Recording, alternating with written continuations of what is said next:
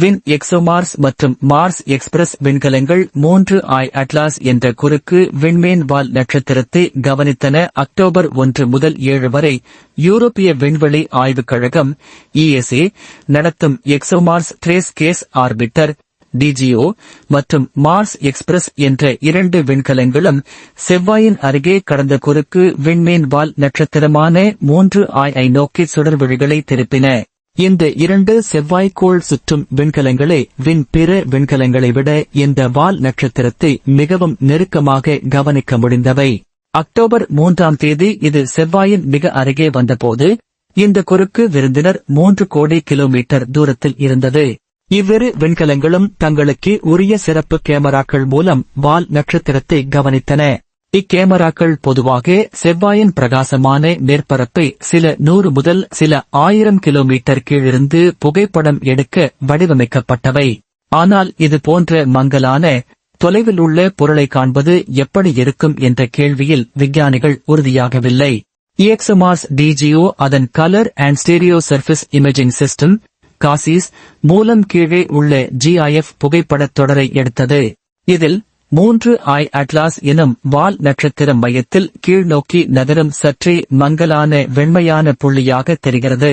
அந்த புள்ளி என்பது வால் நட்சத்திரத்தின் ஐஸ் மற்றும் பாறை கலந்த உட்கருவும் அதை சுற்றியுள்ள கோமா எனப்படும் வாயுவும் சேர்ந்த பகுதியாகும். 3I அட்லாஸ் மிகவும் தொலைவில் இருந்ததால் அதன் உட்கருவை காசிஸ் கேமரா தனியாக பிரித்தறிய முடியவில்லை. 1 கிலோமீட்டர் அகலமுள்ள உட்கருவை காண்பது பூமியிலிருந்து சந்திரனில் உள்ள செல்போனை காண்பது போல சாத்தியமற்றது. ஆனால் பல 1000 கிலோமீட்டர் பரப்பளவை கொண்ட கோமா தெளிவாக காணப்பட்டது. வால் நட்சத்திரம் சூரியனை அணுகும்போது சூரியத்தின் வெப்பம் மற்றும் கதிர்வீச்சால் அதன் மேற்பரப்பில் உள்ள பனியும் தூசியும் வெளியேறி இந்த கோமா எனும் ஒளிமண்டலமாக உருவாகின்றன. காசிஸ் கேமரா இந்த கோமாவின் முழு அளவையும் அளவிட முடியவில்லை. ஏனெனில் தூசியின் பிரகாசம் உட்கருவிலிருந்து தொலைவாக செல்ல செல்ல வேகமாக குறைந்து பின்னர் படத்தின் இரைச்சலில் நாய்ஸ் கலந்து மறைந்து விடுகிறது. பொதுவாக இந்த கோமாவிலிருந்து வெளியேறும் பொருட்கள் நீண்ட வாலாக டேல் உருவாகி அது சில மில்லியன் கிலோமீட்டர் வரை நீளமடையலாம். வால் கோமாவை விட மிக குறைந்த பிரகாசம் உடையது. காசிஸ் புகைப்படங்களில் வாலை காண முடியவில்லை. ஆனால் வால் நட்சத்திரம் சூரியனை மேலும் அணுகும்போது வெளியேறும் பனியின் அளவு அதிகரிக்க வால் எதிர்கால புகைப்படங்களில் தெளிவாக காணப்படலாம்.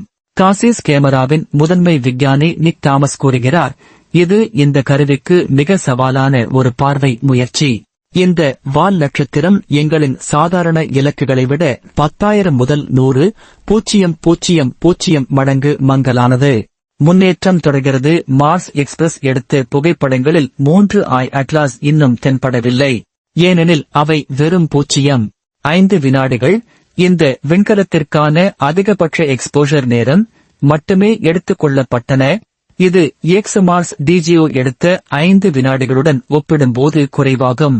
இரு விண்கலங்களின் தரவுகளும் விஞ்ஞானிகள் தொடர்ந்து பகுப்பாய்வு செய்து வருகிறார்கள். மார்ஸ் எக்ஸ்பிரஸ் எடுத்த பல புகைப்படங்களை ஒன்றிணைத்து அந்த மங்கலான வால் நட்சத்திரத்தை கண்டுபிடிக்க முயற்சிக்கிறார்கள். மேலும் மார்ஸ் இன் ஓமெகா மற்றும் ஸ்பிகம் ஸ்பெக்ட்ரோமீட்டர்கள் மற்றும் ExoMars வின் நாமேட் ஸ்பெக்ட்ரோமீட்டர் மூலம் 3I அட்லாஸ் வெளியேற்றும் ஒளியின் ஸ்பெக்ட்ரத்தை அளவிட முயற்சிக்கப்பட்டது. ஆனால் கோமாவும் வாலும் பரிசோதனைக்கு தேவையான அளவு பிரகாசமாக இருந்ததா என்பதில் இன்னும் உறுதி இல்லை. இந்நிகழ்வை அடிப்படையாக கொண்டு விஞ்ஞானிகள் வரும் வாரங்களிலும் மாதங்களிலும் இந்த வால் நட்சத்திரம் எதனால் பட்டு அது சூரியனை அணுகும் போதுள்ள நடத்தை குறித்து மேலும் ஆய்வு செய்யவுள்ளனர். வின் மார்ஸ் எக்ஸ்பிரஸ் மற்றும் ExoMars திட்ட விஞ்ஞானி காலின் வில்சன் கூறுகிறார், செவ்வாயில் விஞ்ஞானமாக பல சாதனைகள் படைத்துள்ள எங்கள் விண்கலங்கள் இவை போன்று எதிர்பாராத நிகழ்வுகளுக்கு பதிலளிப்பது எப்போதும் சுவாரஸ்யமானது. இந்த தரவுகள் மேலும் என்ன வெளிப்படுத்தும் என எதிர்பார்க்கிறேன். அதிர்ச்சிகரமான விருந்தினர். நமது சூரிய குடும்பத்திற்கு புறமிருந்து வந்த 3I அட்லாஸ் என்பது கண்டறியப்பட்ட 3வது குறுக்கு விண்மீன் வால் நட்சத்திரமாகும். இதற்கு முன் 2017-L1I OUMUA மற்றும் 2019-L2I போரிசவ் ஆகியவை காணப்பட்டன. இந்த வால் நட்சத்திரங்கள் முற்றிலும் வெளிப்பட்டவை. நம் சூரிய குடும்பத்தில் உள்ள ஒவ்வொரு கோளும் நிலவுகளும் விண்மீன்களும் வால் நட்சத்திரங்களும் உயிர் வடிவங்களும் ஒரே தோற்றத்தை பகிர்ந்துள்ளன. ஆனால் குறுக்கு விண்மீன் வால் நட்சத்திரங்கள் வெளி உலகுகளின் உருவாக்கத்தை பற்றிய தகவல்களை கொண்டிருக்கக்கூடிய உண்மையான வெளியூர் விருந்தினர்கள். ஜூலை 2025 1ஆம் தேதி சிலியில் உள்ள ரியோ ஹூர்டாடோவில் அமைந்த அட்லாஸ் தொலைநோக்கியின் உதவியால் முதலில் 3i அட்லாஸ் கண்டுபிடிக்கப்பட்டது. அதனைத் தொடர்ந்து பூமியில் உள்ள மற்றும் விண்வெளியில் உள்ள தொலைநோக்கிகள் மூலமாக அதன் இயக்கங்கள் கவனிக்கப்பட்டன. அதன் பாதையை கொண்டு மதிப்பீடு செய்தபோது இந்த 3i அட்லாஸ் மனிதன் பார்த்துள்ள மிகவும் பழமையான வால் நட்சத்திரமாக இருக்கக்கூடும் என விஞ்ஞானிகள் நம்புகின்றனர்.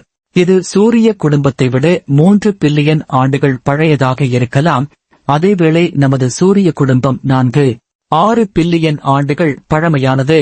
அடுத்த கட்டம் அடுத்த மாதம் யூபிடர் ஐசி மோன்ஸ் எக்ஸ்ப்ளோரர் ஜூஸ் என்ற ESA விண்கலத்தின் மூலம் இந்த வால் நட்சத்திரத்தை மீண்டும் கவனிக்கவுள்ளோம். ஜூஸ் விண்கலம் செவ்வாயின் அருகே இருந்தவையும் மார்ஸ் ஐவிட தொலைவில் இருந்தாலும் இந்த வால் நட்சத்திரம் சூரியனை மிக நெருக்கமாக அணைந்த பிறகு அதை கவனிக்கப் போகிறது. எனவே இது அதிக செயல்பாட்டுடன் இருக்கும். இத்தரவுகள் 2026 பிப்ரவரியில்தான் கிடைக்கும். அதற்கான விளக்கம் எங்களில் உள்ளது. 3i அட்லாஸ் போன்ற பனியால் ஆன வால் நட்சத்திரங்கள் பிணைய துளிகளைப் போல நமது பாலகசக்தி மண்டலத்தோடு நேரடியாக இணைக்கின்றன. ஒன்றை நேரில் சென்று ஆய்வு செய்வது மனிதனை பிரபஞ்சத்தோடு மேலும் தொடர்புபடுத்தும். இதற்காகவே ESA காமெட் இன்டர்செப்டர் திட்டத்தினை உருவாக்கி வருகிறது. இந்த காமெட் இன்டர்செப்டர் திட்டம் 2029-இல் ஒரு பார்கிங் ஆர்பிட்டிற்கு ஏவப்படவுள்ளது. அங்கிருந்து இது ஒரு புதிய இலக்குக்காக காத்திருக்கும். அது சூரிய குடும்பத்தை சுற்றியுள்ள ஓட்டில் இருந்து வரும் புனிதமான பிரிஸ்டீன் வால் நட்சத்திரமாக இருக்கலாம், அல்லது அரிதான வாய்ப்பாக இருந்தாலும் 3i அட்லாஸ் போல குறுக்கு விண்மீன் வால் நட்சத்திரமாகவும் இருக்கலாம். காமெட் இன்டர்செப்டர் திட்ட விஞ்ஞானி மைக்கேல் குபஸ் கூறுகிறார், காமெட் இன்டர்செப்டர் 2019-இல் தேர்ந்தெடுக்கப்பட்ட போது நாங்கள் அறிந்திருந்த ஒரே குறுக்கு விண்மீன் பொருள் IOUMUAMUA மட்டுமே. ஆனால் இப்போது மேலும் 2 கண்டுபிடிக்கப்பட்டுள்ளன. அவற்றின் தோற்றங்களில் பல்வகை உள்ளதால் இவைகளில் ஒன்றை பார்வையிடுவது அவற்றின் இயல்பை புரிந்து கொள்வதில் பெரிய முன்னேற்றமாக அமையலாம்.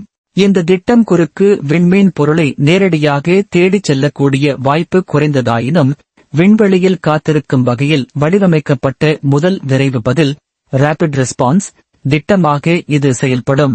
இது எதிர்காலத்தில் வரும் இந்த மர்ம விருந்தினர்களை சந்திக்க புதிய வாயிலாக அமையும். மொத்தமாக 3i அட்லாஸ் போல குறுக்கு விண்மீன் வால் நட்சத்திரங்கள் மிகவும் அரிதானவை.